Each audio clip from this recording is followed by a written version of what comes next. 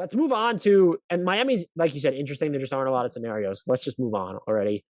The Milwaukee Bucks nailing this alphabet. That is your team to start with. What they're, I'll set the table for you with this because I think they're an easy team to talk about. They're bargain bin hunting, and you have to wonder if PJ Tucker and or Bobby Portis are coming back.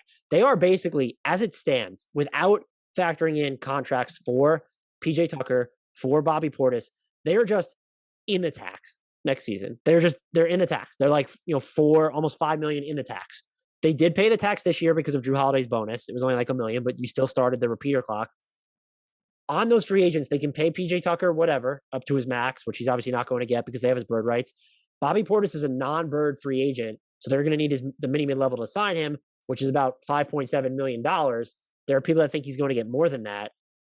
What is going to go on with the Bucks this summer? Of the two that I just named, do you expect both to be back, one to be back, none of them to be back? And I expect Portis to be back because of how much the city of Milwaukee absolutely fell in love with him and how important he was during the postseason run. I expect Tucker to be back because of the bond that he created so quickly with Giannis. And it worked. Like that's the big thing here. And there's even room for growth here because Donte DiVincenzo wasn't healthy for the primary portion of the playoff run. And Jordan Nwora all of a sudden is thriving for Nigeria in the Olympics. What if he offers Mike Budenholzer's School of Wings. What if he offers you some scoring juice? I think that this Milwaukee team is looking to run it back as much as possible and then make one or two cheap veteran signings with whoever wants to come play for a team that we can be 100% assured of title contention again.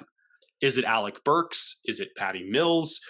Regardless, I think that they want that person to be a scorer that they can use off the bench, because if there was a shortcoming for this team, it was inconsistent scoring with the second unit. Bryn Forbes was a fun little flash in the pan. That wasn't sustainable. They need someone who they can count on to get points when Giannis isn't playing, because that allows him to play fewer minutes during the regular season and during the less important playoff series. Yeah, my guess would be maybe Burks won't be too expensive, but my guess, I think Portis leaves and Tucker stays, because I feel like with Giannis, Tucker's more likely to be cheaper. He's more likely to be cheaper, but also just when you're looking at the Bucks, the Giannis as the lone big minutes or primary big minutes have become so important. I know that like PJ Tucker is arguably a little bit more integral if you're going to keep Brook Lopez. The other thing that you could look at is if you wanted to make a bigger trade is pairing Brook Lopez with Donte DiVincenzo. And I pitched this once. Do you do Brook Lopez and Donte DiVincenzo for a Harrison Barnes? You get more expensive. I don't. I still want DiVincenzo there. He makes too much sense when he's at full strength. But I otherwise think that you're going to be then trying to just plumb the bargain bin. Yep. If you use your taxpayers mid-level on someone who's not Bobby Portis, I don't know. This is the name I was zeroing on. I don't know if it's going to be enough. Cameron Payne would be nice here, depending on if Phoenix wants to bring him back or not. Or if Dragic becomes a free agent, is he willing to take a discount to play with a contender? Otherwise, I think you're looking at, are you okay bringing Wes Matthews back on another cheap deal if he's willing to return, even though he's with the Lakers this year? James Ennis.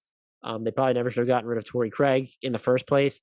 I still prefer to focus more on scoring, even if those guys make sense. So I would still lean towards the offense first guys here. No, I'm beyond the taxpayers mid-level is my point. You're like, once you use that on whatever, Lou Williams in Milwaukee might be fun, by the way. Is he willing to sign there?